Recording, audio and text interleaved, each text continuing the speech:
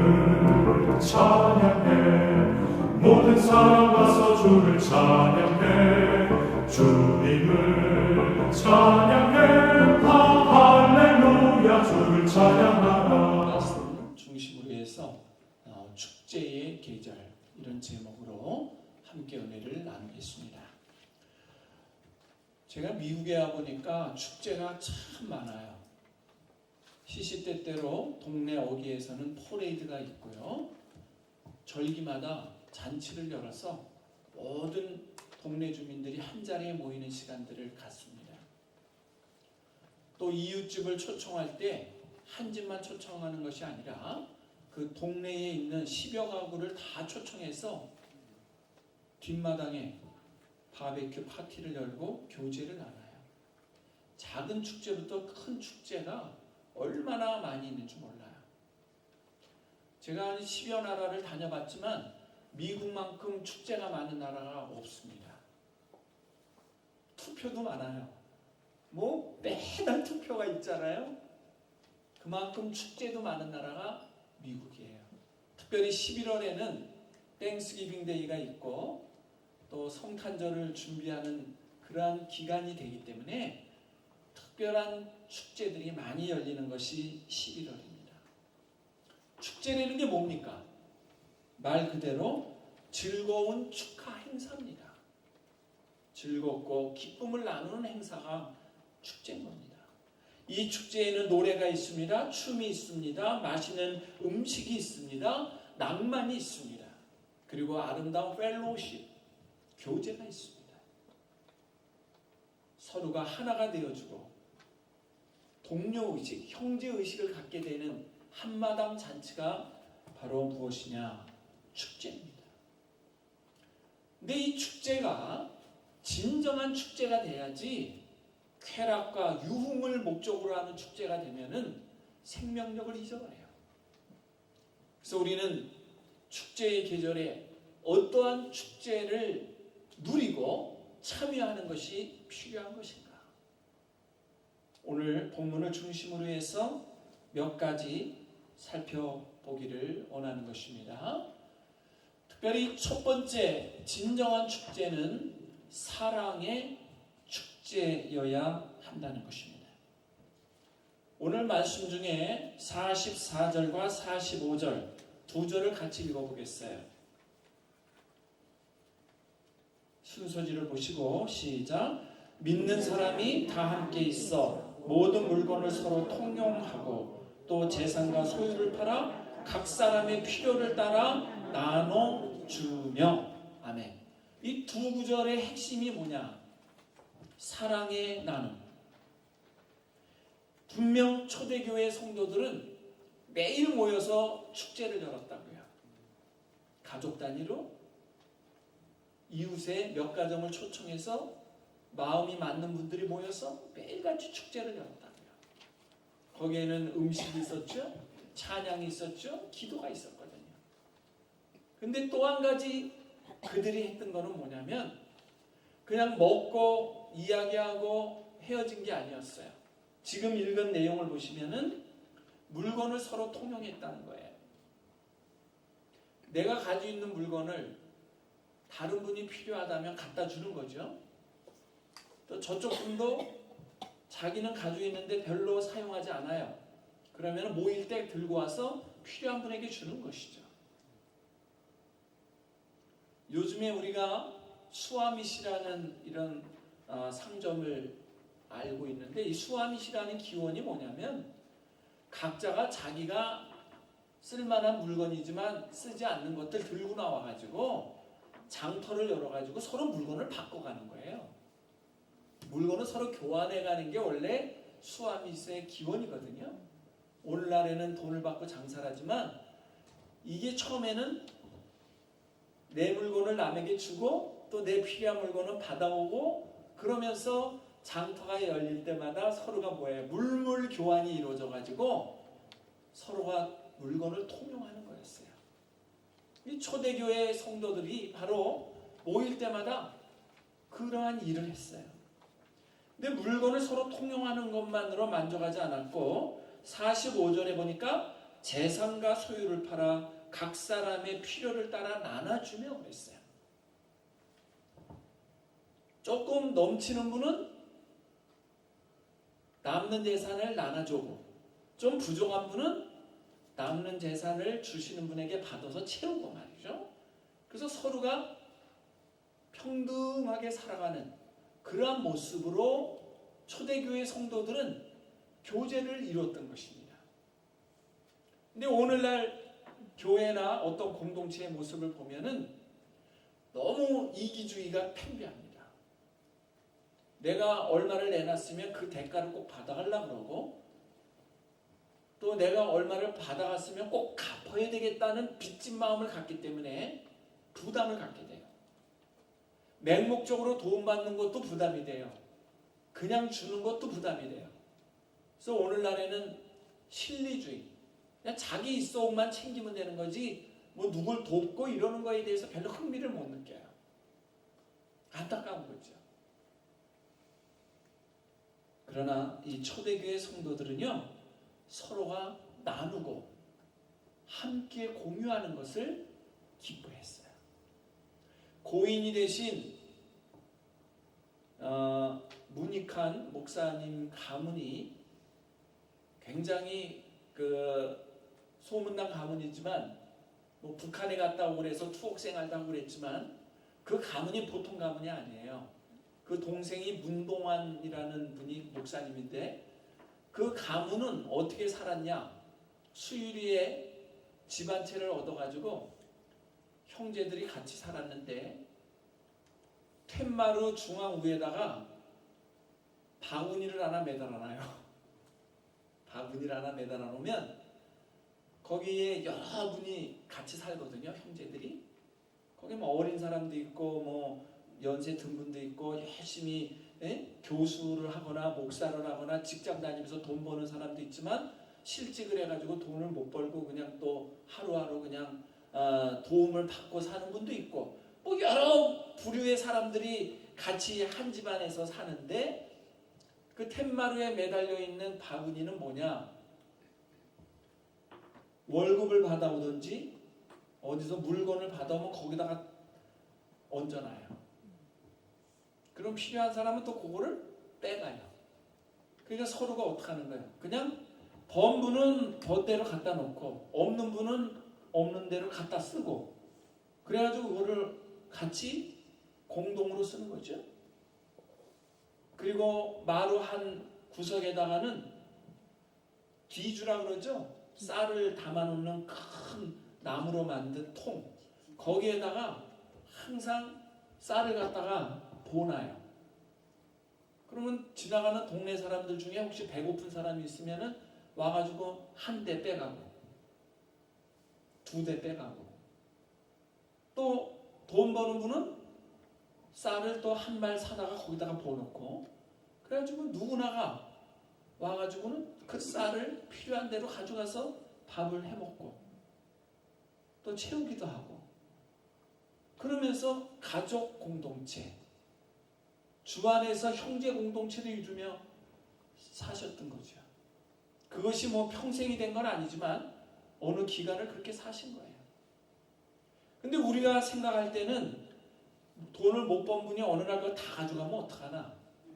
누가 몰래 와가지고 그 뒤주 안에 있는 쌀을 다 빼가면 어떡하나? 이러한 기우를 할 수도 있지만 거기는 전혀 그런 게 없었다는 거예요. 필요한 만큼 가져가고 남은 만큼 갖다 놓고 서로가 어떻게 해요?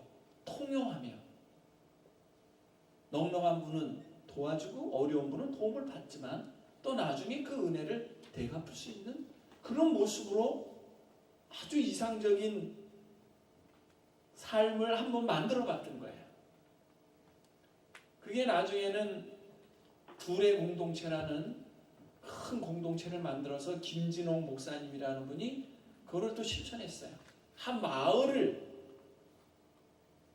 한 공동체로 엮어가지고 같이 밭농사를 짓고 소득을 분배해서 똑같이 나눠갖고 또 같이 농사 짓고 또 아이들은 학교 가서 공부하고, 그런 공동체를 이루면서 함께 하나가 돼서 네가 잘났고 너는 못났고 이게 아니고 한 마음을 갖고 한 마을을 이뤘던 게 둘의 공동체라는 마을이 있었죠.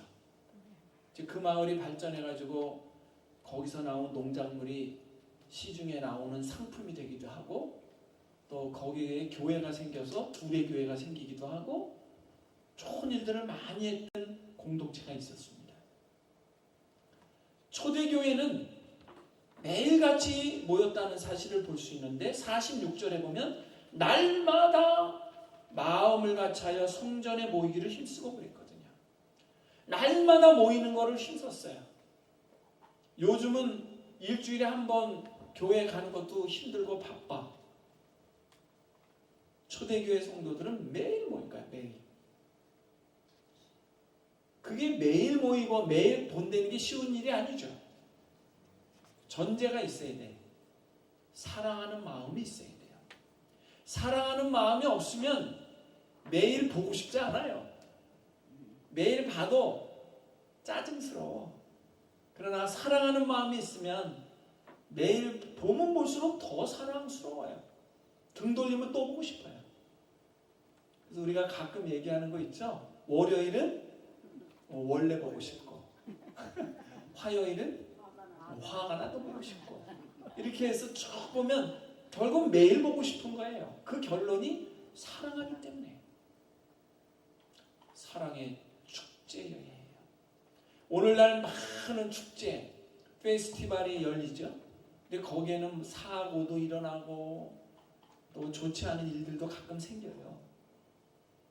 좋은 잔치 열어놓고 나중에 불미스러운 일로 마음 상할 때도 있거든요.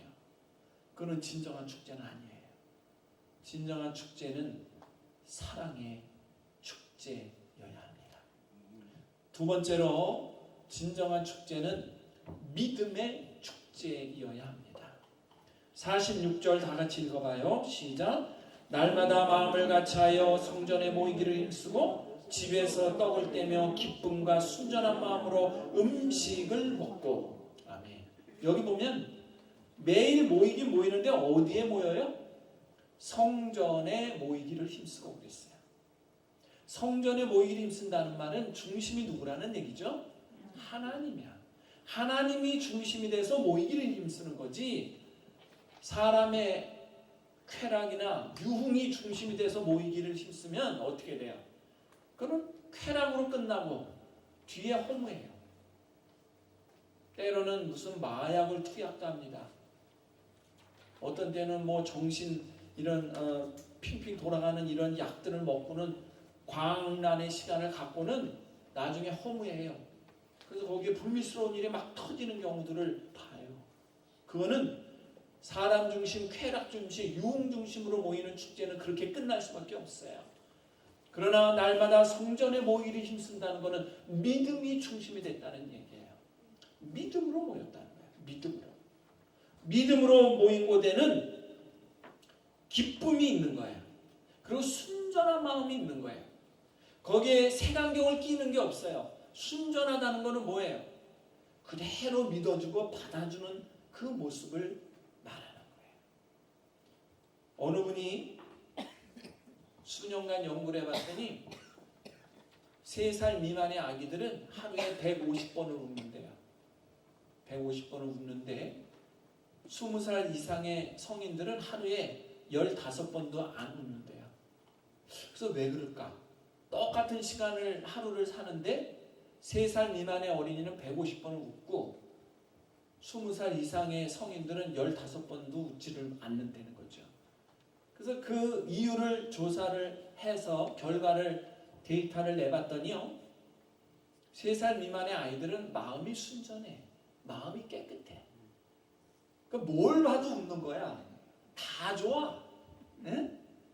벌레가 지나가도 웃어. 강아지가 멍멍해도 웃어. 엄마가 쓱 지나가면서 한번 시끄 쳐다봐도 웃어. 그러니까 다 좋아. 세상이 다 좋아. 왜? 마음이 깨끗하게 순전하게 보니까 세상이 다 아름다워. 웃을 일밖에 없는 거예요. 그런데 이제 20살이 넘어버린 어른들은 색안경을 딱 끼기 때문에 웃어야 되는데도 이걸 웃어야 되나 말아야 되나 하고 시간을 놓치니까 안 웃는 거죠. 웃을 일이 있어도 안 웃고 또 웃을 일을 만들지도 않으려고 그래요. 낯선 사람이 와서 웃기려고 그래도 저 인간이 왜 나한테 다가와? 그래가지고 벌써부터 뭘 나한테 요구사항이 있나? 딱 안경을 끼니까 웃을 일이 없는 거예요. 순전한 마음이 있을 때 그 안에는 사랑이 있어요, 기쁨이 있어요, 용서가 있어요, 감사가 있는 겁니다. 요즘 한국을 대표하는 시인 중에 한 명인 정호승 씨라는 분이 시를 하나 냈는데 제목이 강아지 오줌이야. 시 제목이 강아지 오줌.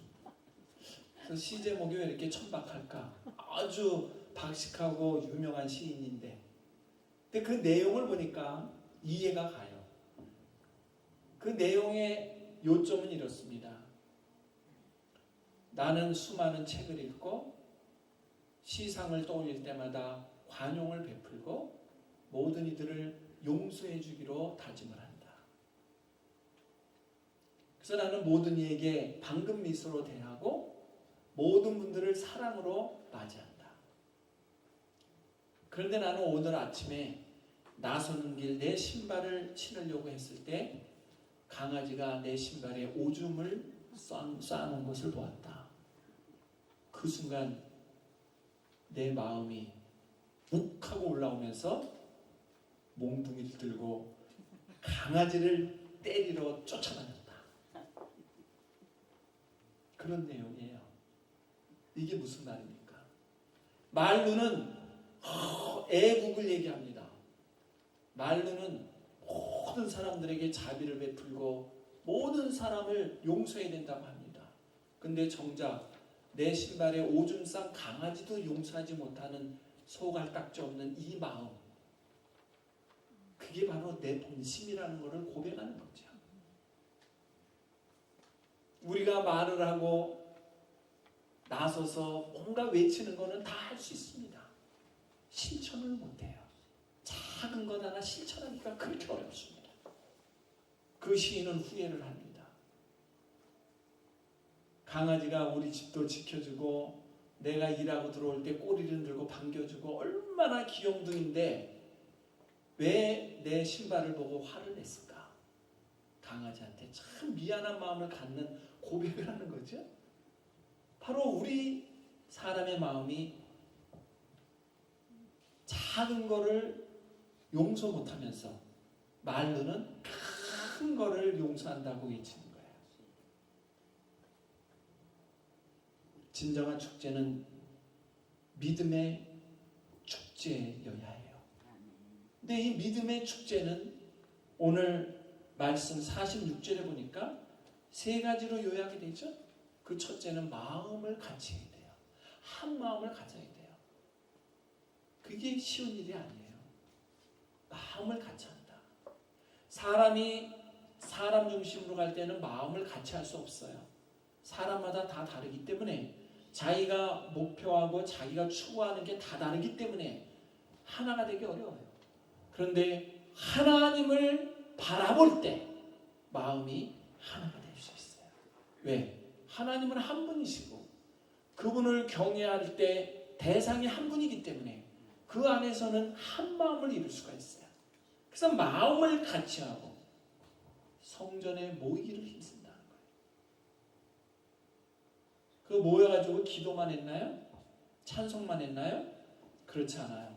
여기 보니까 떡을 떼고 같이 음식을 나눴다. 이거는 성찬의 의미도 있지만 아름다운 교제를 하는 모습을 보여줘요. 사람을 사귀려면 어떻게 하라 그러죠? 한번 같이 여행을 떠나라. 그게 어렵다면 함께 식사를 하라. 그럴 때 친구가 되어주고 그분을 알 수 있는 통로가 열리게 된다는 것이죠. 이 교제는 멀찍이 바라보고 교제가 되는 건 아니죠. 함께 음식을 먹고 나누며 대화할 때, 함께 여행을 떠나면서 서로가 많은 마음의 교감을 가질 때, 거기에 참다운 교제가 있는 거예요.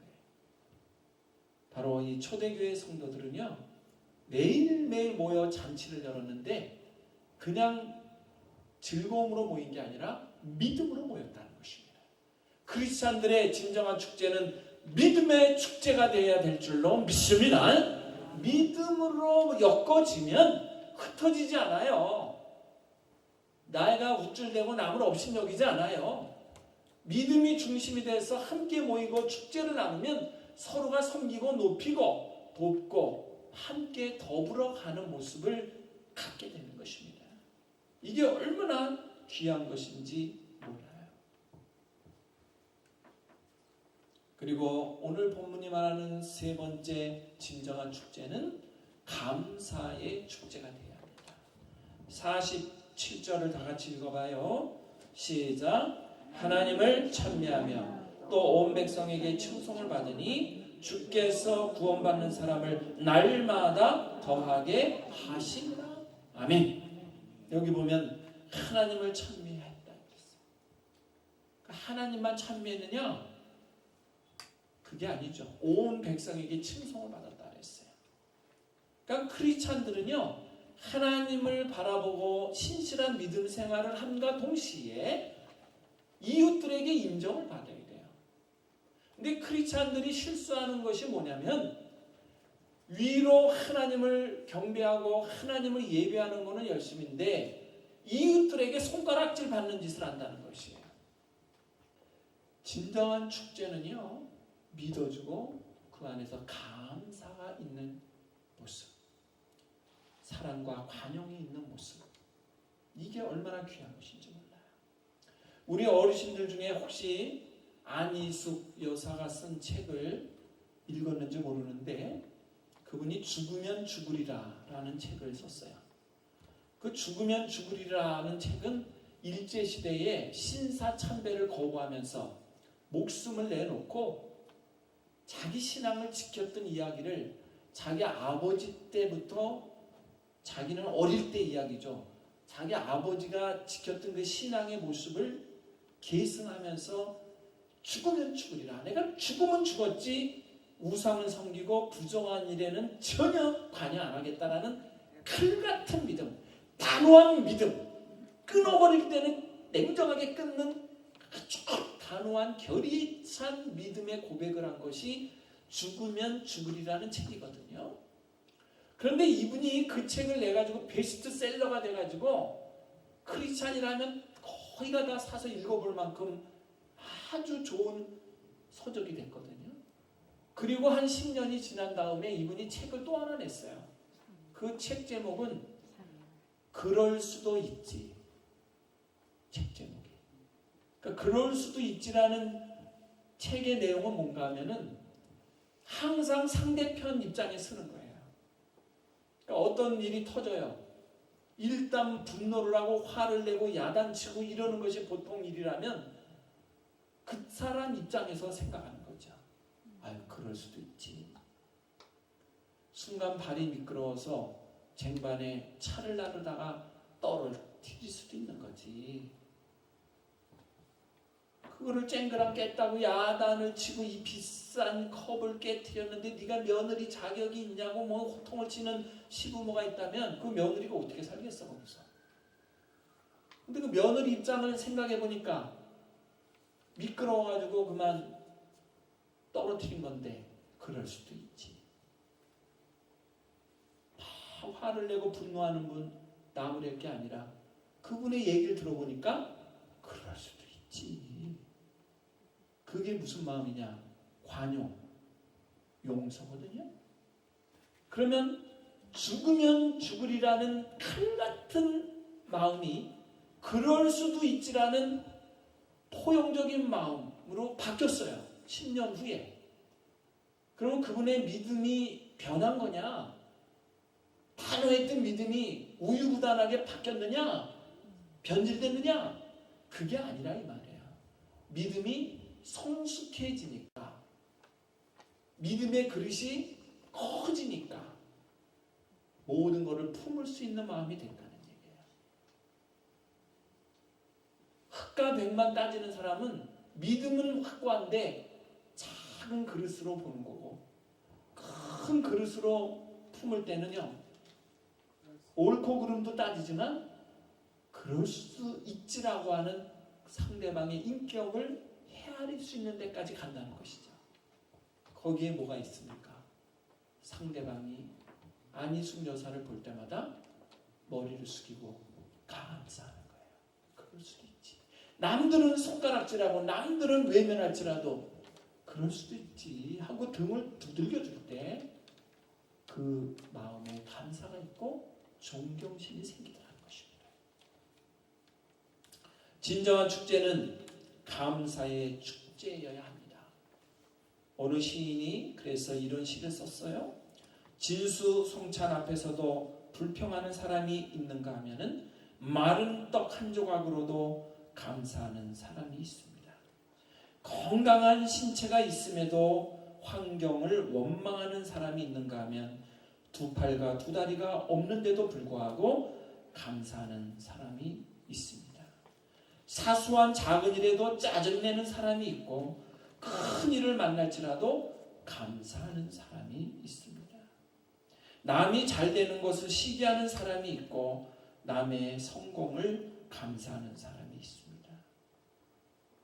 호흡할 수 있는 것이 감사하고 걸을 수 있는 것이 감사하고 먹을 수 있는 것과 잠을 잘 수 있는 것이 감사함을 고백합니다. 감사에는 조건이 없어요. 무조건 감사해요. 아침에 눈을 떴는데 내가 눈이 떠져. 감사하시게. 그리고 일어나 보니까 일어나지네. 곱빼기로 감사하십시오. 이거 걸어보니까 발이 뛰어져. 박수 치고 감사하고 노래 하나 하십시오. 하나님 앞에 영광 올리는 감사의 노래 한번 하십시오. 우리가 누려야 될 진정한 축제는 쾌락과 향락에 빠지는 것이 아니라 하나님이 주신 구원의 은혜에 감사하면서 참 사랑과 참 믿음과 참 감사로 어우러져서 서로가 주 안에서 한 지체의식을 갖고 더불어 살아가는 일을 만들어내는 그 축제가 진정한 축제, 감사의 절기인 11월 달에 우리가 맞이해야 될 아름다운 축제인 줄로 믿습니다. 그 축제를 만들어가는 주인공이 이 자리에 계신 모든 분들이 되시기를 주님의 이름으로 간절히 축원합니다. 축원합니다. 기도하겠습니다. 주님을 찬양